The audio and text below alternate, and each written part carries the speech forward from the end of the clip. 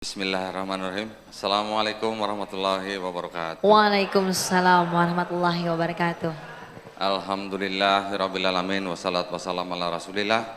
Puja dan puji syukur kita panjatkan kehadirat Allah Subhanahu wa taala. Salawat dan salam semoga tercurah bagi Nabi junjungan kita Nabi Muhammad sallallahu alaihi wasallam. Alhamdulillah senang sekali saya bisa berada di sini di majelis yang mulia ini. Dari tadi saya mendengar mantan mualaf gitu. Memang kita bisa disebut sebagai seorang muslim setelah bersyahadat, tetapi sebutan mualaf itu memang masih harus menempel karena mualaf adalah salah satu dari 8 pihak yang masih berhak menerima zakat, betul ya? Mudah-mudahan betul ya. Jadi harus masih ada labelnya mualaf. Tapi tadi sudah dijelaskan oleh guru kita berapa lama dia masih pantas disebut sebagai mualaf gitu ya. Saya juga teringat dan juga ada di dalam hadis bahwa seorang Umar bin Khattab yang telah menerima Islam kemudian menjadi seorang muslim, beliau menegur temannya atau sahabatnya yang masih saja terus menerima zakat ya. Akhirnya dia menegur bahwa kamu sudah tidak pantas menerima zakat karena kamu sudah melewati periode tertentu gitu ya. Nah, kalau saya lebih suka menggunakan gelar di belakang MK, Ustaz. Gelar saya MK, Ustaz. Apa itu, Pak? Mantan kafir. Masya Allah. Luar biasa. Kenapa saya suka itu? Karena saya ingat terus bahwa saya ini dulu pernah menjadi kafir. Nah, betul tadi yang sudah disampaikan oleh Bang Dewa bahwa setiap bayi yang lahir fitrahnya adalah muslim, ya. Bayi itu menjadi Yahudi, Majusi, atau Nasrani dikarenakan orang tuanya. Namun pada waktu dia dewasa, dia sudah bisa berpikir, sudah bisa mempertanggungjawabkan perbuatan dan perkataannya. Setelah dia mengenal Islam, kemudian dia menerima Islam, kemudian dia akhirnya masuk Islam, sebenarnya dia bukan pindah agama, tetapi sebenarnya dia kembali kepada fitrahnya. Fitrah semua manusia sebenarnya adalah muslim, karena muslim, setelah saya jadi muslim saya baru tahu artinya. Muslim ternyata adalah orang yang berislam. Islam artinya ternyata bukan cuman kata damai, bukan cuman kata selamat ya, tetapi banyak sekali selain damai, selamat, berserah diri, patuh, tunduk, taat. Kepada siapa? Kepada yang menciptakan kita semua, kepada yang menciptakan bumi dan langit. Saya dulu waktu masih kafir, saya dulu nonton videonya Ustadz Nababan berdebat dengan para pemuka agama Nasrani atau Kristen ya. Saya nonton, saya suka sekali dengan gaya Ustadz Nababan, tegas gitu ya. Alhamdulillah setelah saya melalui proses yang cukup panjang, kurang lebih 7 tahun, di dalam 7 tahun itu ternyata ini yang sering menjadi kesalahan orang-orang di luar Islam ya, untuk memeluk Islam ya. Yang orang di luar Islam lihat atau yang orang di luar Islam pandang terhadap Islam itu bukan Islamnya, tetapi muslimnya, Ustadz. Banyak yang begitu ya. Juga, nah mohon maaf tadi saya mungkin belum memperkenalkan diri secara lengkap. Nama saya Don Ditan, saya dari keturunan Tionghoa. Orang-orang Tionghoa di Indonesia yang dulu hidup juga bersama-sama dengan bangsa Indonesia lainnya di bawah pemerintahan penjajah Belanda, mindset orang-orang Tionghoa itu dulu sudah disetting sedemikian rupa sehingga mereka melihat agamanya orang pribumi Indonesia itu sebagai agamanya orang miskin. Ini mohon maaf ya, ini adalah pandangan orang-orang Tionghoa yang totok gitu. Mungkin sekarang sudah jauh berubah, mungkin. Tetapi nenek saya masih ngomong begitu. Orang tua saya juga dulu masih ngomong begitu. Kenapa? Karena memang di lingkungan itu, orang Tionghoa, orang keturunan Arab, orang keturunan India, itu kan memang dikotak-kotakan sama pemerintah Belanda. Ya kan? Menggunakan politik divide et impera. Sehingga dengan pengelompokan-pengelompokan seperti itu, dibuat seolah-olah menjadi bukan satu kesatuan bangsa Indonesia gitu. Tetapi karena dikotak-kotakan jadi mempunyai mindset sendiri-sendiri yang terpisah-pisah sehingga kadang mereka sering mempunyai pandangan negatif terhadap kelompok yang lain. Gitu. Itulah mengapa pada saat terjadi kerusuhan, ya huru-hara yang dulu kita ingat tahun 98, kelompok tertentu mengincar kelompok yang lain karena mereka mempunyai mindset terhadap kelompok itu sebagai yang bukan sesama anak bangsa begitu. Ya ini mohon maaf ya, ini memang kenyataannya begitu karena saya berasal dari keluarga Tionghoa. Tetapi lambat laun mudah-mudahan insya Allah sekarang sudah mulai berubah. Sehingga kalau dulu orang tua saya, nenek saya mengatakan bahwa Islam itu agamanya orang susah, Islam itu agamanya pengemis di jalan, Islam itu agamanya koruptor atau perampok. Mereka lupa, nggak melihat mungkin di Brasil, mungkin di Argentina, mungkin di Filipina, yang ngemis di jalan, yang koruptor juga orang-orang Katolik atau orang Nasrani. Jadi Islam tidak bisa dilihat dari muslimnya, Islam harus dilihat dari ajarannya, gitu ya. Nah, alhamdulillah dulu setelah saya akhirnya menerima Islam dengan ilmu-ilmu yang sebagian juga saya dapat dari Ustadz Nababan, gitu ya. Saya belajar ulang Bible saya, ya. Saya sekarang tidak menyebut kitab sucinya orang Kristen itu sebagai Alkitab, karena Al-Quran kita juga disebut sebagai Alkitab. Kita sebut saja kitab sucinya orang Kristen atau Nasrani itu Bible. Ya. Bible itu dari kata biblos atau kumpulan kitab-kitab. Gitu ya.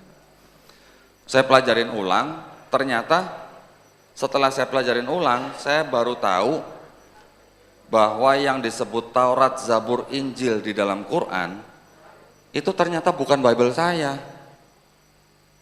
Dulu ya waktu saya mempelajari, membandingkan Bible dengan Quran. Ternyata Taurat, Zabur, Injil yang dimaksud di dalam Quran itu adalah wahyu-wahyu yang diturunkan Allah Subhanahu wa taala kepada nabi-nabi dan rasulnya. Perhatikan ini, untuk Bani Israel pada zaman itu dan tidak dijanjikan untuk dijaga. Betul ya Ustaz ya? Betul ya? Karena tidak dijanjikan untuk dijaga, makanya sampai sekarang kita tidak bisa lihat mana Taurat yang asli, mana Zabur yang asli, mana Injil yang asli. Dulu pemikiran saya, Injil itu adalah Bible itu yang diterima oleh Isa Al-Masih atau Yesus Kristus. Ternyata setelah saya pelajarin ulang Bible-nya, saya tidak berani mengatakan bahwa itu adalah Injil yang diterima oleh Nabi Isa Al-Masih. Karena apa?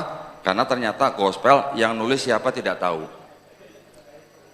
Ditulis puluhan tahun setelah dianggap Yesus diangkat. Yang menulis orang-orang yang berpendidikan tinggi, ditulis dalam bahasa Yunani Koine. Yunani Koine itu artinya Yunani bahasa pasar gitu. Dan yang disebut Yesus atau Isa Al-Masih itu dipercaya dia berbahasa Aramaik, bukan berbahasa Yunani. Bagaimana mungkin Yesus Kristus menulis gospel gitu. Sekarang saya tidak berani mengatakan yang di dalam Bible itu Matius, Markus, Lukas, Yohanes sebagai Injil ya. Bapak Ibu nih, kalau sering mendengar kata Injil terus kemudian dikonotasikan kepada Bible, tolong hati-hati, jaga akidah kita ya. Matius, Markus, Lukas yang di dalam Bible itu bukan Injilnya Nabi Isa Al-Masih. Kita sebut saja gospel ya. Gospel itu dari kata Godspell ya. Itu bukan wahyu yang diterima oleh Isa Al-Masih untuk Bani Israel pada zaman itu adalah hanya biografi ya, biografi yang dianggap sebagai biografi atas cerita Yesus Kristus dari mulai dia lahir sampai dia disalib, dibangkitkan gitu. Itu bukan Injilnya Nabi Isa Al-Masih.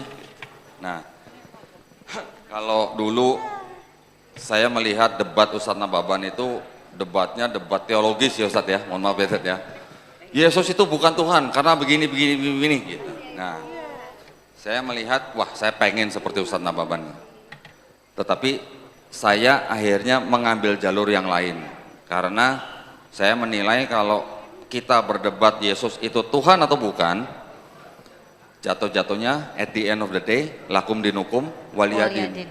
Kita harus menghargai keyakinan orang lain yang mau mempercayai Yesus Kristus itu Tuhan, monggo, itu dijamin oleh Undang-Undang Dasar 1945. Yang saya ambil jalur saya adalah kritik teks. Kritik teks ini buat saya 2 tambah 2 sama dengan 4. 1 tambah 1 tambah 1 sama dengan 3, tidak mungkin 1 gitu. Kalau 1 tambah 1 tambah 1 sama dengan 1, itu ada unsur teologis, ya. Teologis. Oh, Bapa Maha Kuasa, Yesus Maha Kuasa, Roh Kudus Maha Kuasa, tetapi bukan 3 kuasa tapi 1 Maha Kuasa. Nah, bingung kan? Bapa itu Bapa, Bapa itu Tuhan, Yesus itu Tuhan, Roh Kudus itu Tuhan, tapi bukan 3 Tuhan, tapi 1 Tuhan. Bingung nggak Bu? Bingung. Jadi itu adalah memang akidahnya saudara kita yang Kristen. Ya monggo, silahkan. Ya. Tetapi setelah saya mempelajari kritik teks, saya baru menyadari bahwa ternyata kalau kita memandang Bible itu dari kacamata yang lain di luar gereja, ternyata Bible juga sebenarnya mengajarkan sebenarnya nggak jauh dari tauhid sebenarnya. Maksud saya begini, di dalam Bible ternyata ada 2 bagian, ya. Ada perjanjian lama, ada perjanjian baru, ya kan? Ternyata setelah kita belajar Bible dengan teliti, perjanjian lama itu bukan punyanya orang Kristen, ya.